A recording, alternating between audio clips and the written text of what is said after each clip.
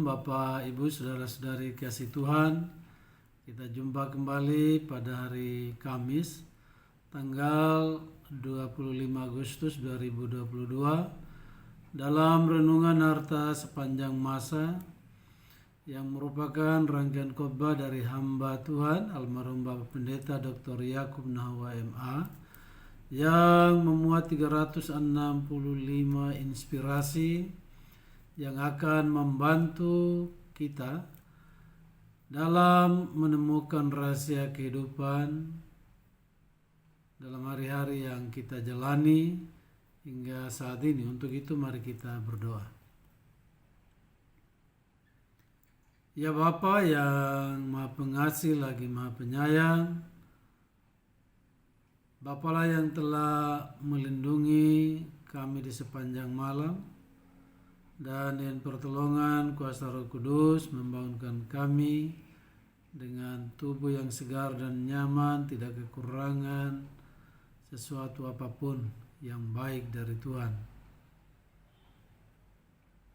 Karena itu Bapa, biarlah kami terus memuji-muji, memuliakan nama-Mu, menyembah-Mu di dalam seluruh kekudusan dan kemuliaan-Mu.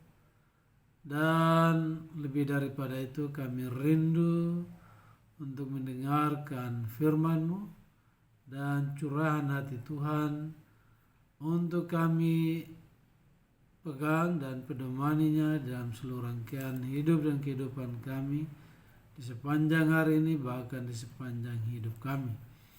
Mohon urapan kuasa Roh Kudus atas setiap kami dan tempat dimanapun kami berada, sehingga kami dapat membaca, mendengar firman-Mu dan renungannya, kami mengerti dan melakukannya. Di dalam nama Tuhan Yesus kami berdoa. Amin. Firman Tuhan bagi kita di pagi bahkan di sepanjang hari ini terambil dari kitab Yosua 1 ayatnya yang pertama, yang menyatakan, sesudah Musa hamba Tuhan itu mati, berfirmanlah Tuhan kepada Yosua bin Nun, abdi Musa itu demikian. Adapun judul renungan kita, orang yang dipakai Allah. Sekali lagi, orang yang dipakai Allah. Allah selalu memiliki seseorang di setiap tempat. Orang yang dipakai Allah untuk menggantikan Musa adalah Yosua. Apakah yang kita ketahui perihal Yosua? Yosua keturunan Efraim, anak Nun. 1 Tawari 7 ayat 22 sampai 27. Namanya berarti keselamatan.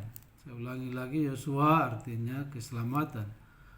Yosua tidak pernah bayangkan bahwa suatu saat ia akan menjadi pemimpin bangsa Israel. Tetapi itulah yang terjadi. Yosua memiliki beberapa sifat yang membuatnya dipakai Tuhan. Kiranya menjadi pelajaran yang baik bagi setiap kita yang rindu dipakai oleh Tuhan. Mari kita perhatikan beberapa hal kenapa Yosua dipakai Tuhan, atau kalau kita mau dipakai Allah, inilah poin-poinnya. Yang pertama, orang yang dipakai Allah memiliki panggilan yang jelas. Jadi orang yang dipakai Allah memiliki panggilan yang jelas. Yosua 1 ayat 1 dan 5 dan Bilangan 27 ayat 15 sampai 23. Nanti silakan dibaca. Salah satu sumber kekuatan untuk kepemimpinan Kristen adalah panggilan Tuhan yang jelas. Tantangan, kritik, pemberontakan, masalah yang dihadapi seorang pemimpin Kristen begitu banyak. Maka keyakinan akan panggilan Tuhan merupakan sumber kekuatan untuk menghadapi semuanya itu. Panggilan kita tidak perlu secara luar biasa. Dan panggilan kita tidak sama. Karena kita unik dan berbeda. Karena itu kita tidak boleh memakai sepatu orang lain. Tetapi sepatu sendiri yang Tuhan tetapkan untuk berjalan pada jalannya. Atau dengan kata lain, kita tidak perlu menjadi diri orang lain. Jadilah diri sendiri. Yang kedua, orang yang dipakai Allah adalah orang yang setia. Yohanes ulangi Yosua 1 ayat 1. Yosua adalah pelayan Musa yang setia.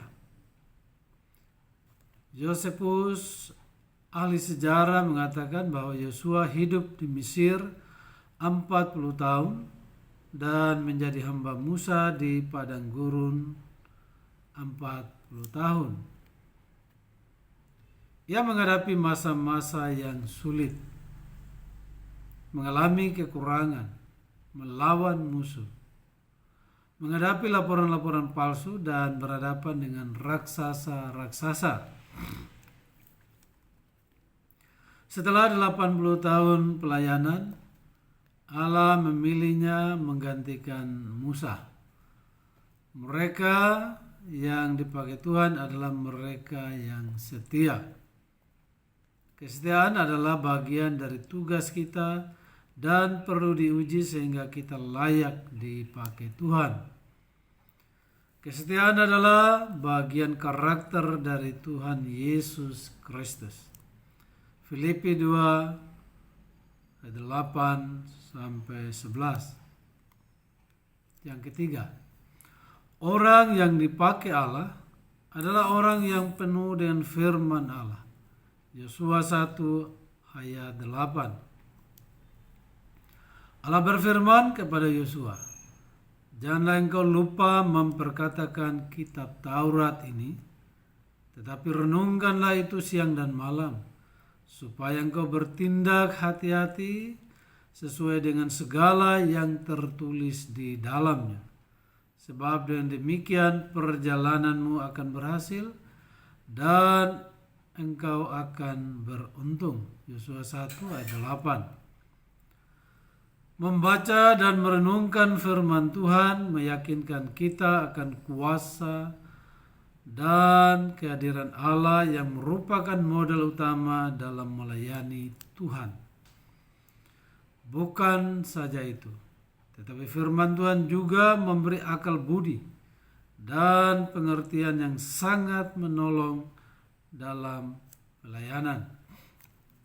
Yang keempat, orang yang dipakai Allah adalah orang yang berani. Jadi orang yang dipakai Allah adalah orang yang berani. Yosua 1 ayat 6, 7 dan 9. Waktu 10 orang utusan Yosua pulang dan memberi laporan palsu yang menakutkan, hanya Yosua dan Kaleb yang memberi laporan yang menguatkan hati. Dimanapun dan kapanpun pekerjaan Tuhan yang besar hendak dilaksanakan, memerlukan sikap berani. Yang terakhir, yang kelima, orang yang dipakai Allah adalah orang yang tidak pelin-pelan. Yosua 24 ayat 14 dan 15. Yosua adalah seorang pengambil keputusan, seorang yang tegas. Ia dengan tegas mengambil keputusan untuk menyembah Allah. Ulangi, untuk menyembah Allah saja dan bukan yang lain. Bukan saja ia, tetapi dengan seisi rumah tangganya. Demikian firman Tuhan dan renungannya bagi kita di pagi hari ini, terutama kepada kita yang rindu untuk melayani Tuhan. Ya, perhatikan poin-poin yang ada di atas tadi, atau kelima poin, bagaimana Yosua dipakai Tuhan dengan luar biasa. Saya ulangi, ya, ada 5 poin. Orang yang dipakai Allah memiliki panggilan yang jelas. Yang kedua, orang yang dipakai Allah adalah orang yang setia. Yang ketiga, orang yang dipakai Allah adalah orang yang penuh dengan firman Allah. Yang keempat, orang yang dipakai Allah adalah orang yang berani. Dan yang kelima, orang yang dipakai Allah adalah orang yang tidak pelin-pelan. Mari kita berdoa, mohon Tuhan meneguhkan firman-Nya di dalam hati kita. Kita berdoa. Terima kasih Bapa di surga. Biarlah firman Tuhan yang adalah isi hati-Mu Engkau telah sampaikan kepada kami. Terlebih-lebih kami yang rindu mau dipakai Tuhan, melayani Tuhan, berbagi dengan sesama.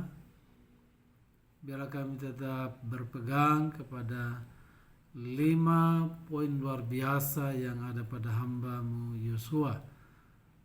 Menjadi panutan bagi kami di dalam melaksanakan pelayanan, baik secara sendiri-sendiri, secara kelompok, bahkan secara terstruktur di tiap-tiap gereja Tuhan.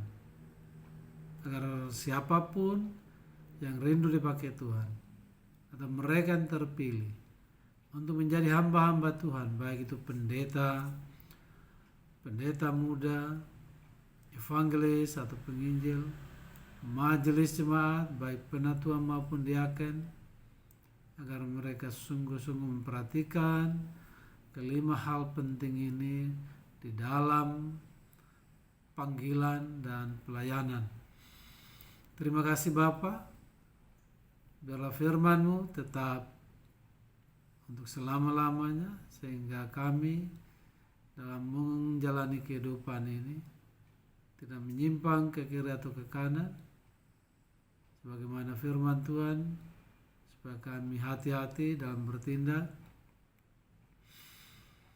sehingga perjalanan kami berhasil dan apapun yang kami lakukan, kami beruntung karena Tuhan bersama-sama dengan kami, atau Tuhan adalah andalan dalam hidup kami.